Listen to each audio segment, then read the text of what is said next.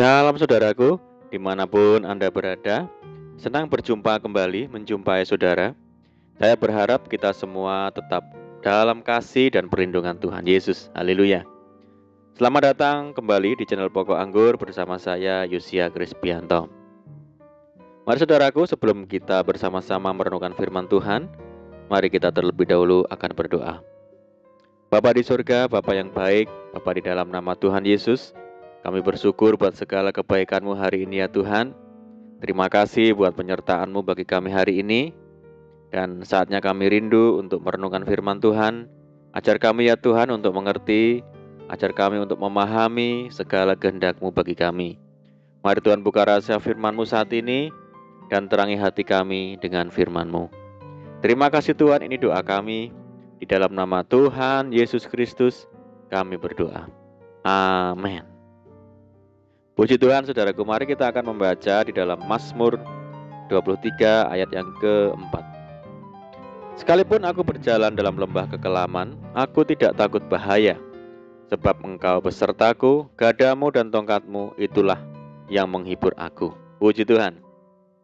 Saudaraku, di Israel, di jalanan dari Yerusalem menuju Yeriko, ada sebuah lembah yang disebut lembah kekelaman. Pada zamannya, Raja Daud mungkin telah melalui jalanan ini berkali-kali. Beberapa lembah di sepanjang jalan Yeriko menyempit di bagian dasar.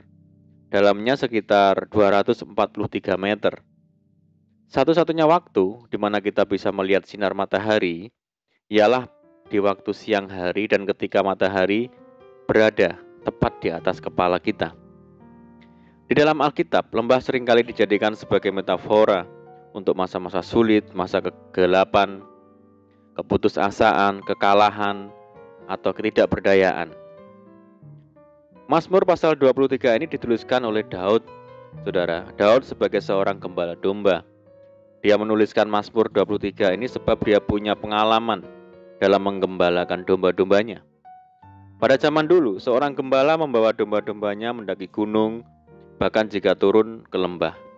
Dan Daud dengan latar belakangnya sebagai gembala punya pengalaman menggembalakan domba-dombanya untuk mendaki gunung, turun ke lembah, bahkan sampai ke lembah yang kelam sekalipun. Itu sebabnya oleh pengalamannya ia bisa menuliskan tentang lembah yang kelam. Saudaraku, menjalani kehidupan ini kita pasti pernah mengalami dan merasakan masa-masa sulit, serasa berada dalam lembah kekelaman.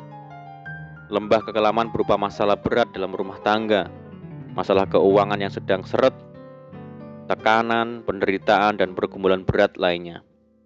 Sebagai orang percaya, kita tidak perlu takut atau khawatir, sebab Tuhan adalah gembala kita. Dia tidak pernah meninggalkan kita, saudaraku. Dalam Mazmurnya ini, Daud menyebutkan bahwa ada dua benda yang selalu dibawa oleh gembala, yaitu gada dan tongkat.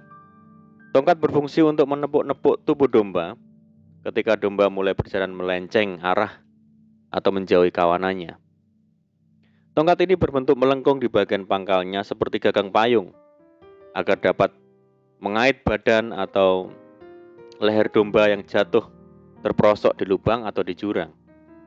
Sedangkan gada terbuat dari akar pohon dengan panjang tidak lebih dari 40-50 cm. Ini adalah senjata ampuh untuk melawan hewan-hewan buas yang hendak memangsa domba-dombanya. Gada ini adalah gambaran tentang jaminan perlindungan dan pembelaan Tuhan dari para musuh. Kehadiran sang gembala dengan gada dan tongkat di tangan ini menjadi jaminan perlindungan bagi domba-domba, saudara.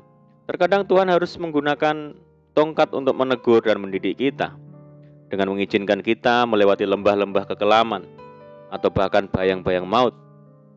Memang sakit dan membuat kita harus mencucurkan air mata, namun memiliki tujuan yang indah, yaitu Tuhan mau kita tetap konsisten berada di jalan-jalannya, tidak menyimpang ke kanan atau ke kiri, saudara. Saudaraku, mari kita tetap tekun dan setia kepada Tuhan, karena pada saatnya kita akan melihat bahwa apa yang Tuhan perbuat itu mendatangkan kebaikan bagi kita. Kuasa dan mujizat Tuhan pasti akan dinyatakan. Firman Tuhan berkata, Engkau menyediakan hidangan bagiku di hadapan lawanku. Kebajikan dan kemurahan belaka akan mengikuti aku seumur hidupku. Dan orang-orang yang menabur dengan mencucurkan air mata akan menuai dengan bersorak-sorai. Mari saudaraku, mari kita bertahan saat kita melewati lembah kekelaman di dalam hidup ini, sebab semua akan berujung kepada kemenangan demi kemenangan. Amin, puji Tuhan. Mari berdoa.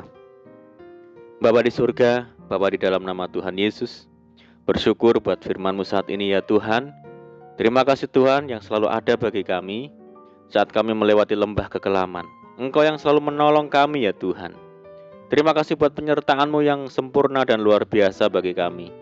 Kami sadar kami tidak bisa hidup tanpa Tuhan. Sertai langkah hidup kami seterusnya ya Tuhan, sehingga kami mengalami kemenangan demi kemenangan setiap hari bersama Tuhan. Terima kasih Tuhan, saat ini kami berdoa bagi saudara-saudara kami, semua yang mendengar program ini dimanapun mereka berada. Tuhan, yang sakit Tuhan sembuhkan di dalam nama Yesus. Yang hidup dalam tekanan, kesulitan, goncangan, pergumulan, mari Tuhan tolong mereka, bebaskan mereka, berkati dan pulihkan hidup mereka, serta buka jalan di dalam nama Tuhan Yesus. Tuhan memberkati mereka dalam rumah tangga, dalam usaha, dalam pekerjaan, pendidikan, dan apapun yang dilakukan. Berdoa bagi saudara kami yang hidup dalam ikatan dan belenggu apapun ya Tuhan, belenggu dosa. Mari ya Tuhan lepaskan di dalam nama Yesus. Berdoa bagi saudara kami yang tertimpa musibah bencana alam. Mari Tuhan berikan pertolongan-Mu, kekuatan dan penghiburan bagi saudara kami. Mereka yang di tempat pengungsian, mari Tuhan tolong mereka. Berdoa bagi bangsa kami Indonesia ya Tuhan. Tuhan yang memberkati, Tuhan yang memulihkan bangsa kami. Terima kasih Tuhan. Ini doa kami percaya Tuhan mendengar seruan doa kami. Di dalam nama Tuhan Yesus Kristus kami berdoa. Amin. Puji Tuhan saudaraku. Kita sudah berdoa, saya percaya saat ini kita dikuatkan dan diberkati melalui firman Tuhan. Mari kita tetap semangat di dalam Tuhan, jangan berputus asa, tetap berdoa, bersuka cita senantiasa. Sebab di dalam Tuhan kita sanggup melakukan segala perkara. Selamat malam dan selamat beristirahat. Doa saya menyertai saudara semua. Tuhan Yesus memberkati. Haleluya.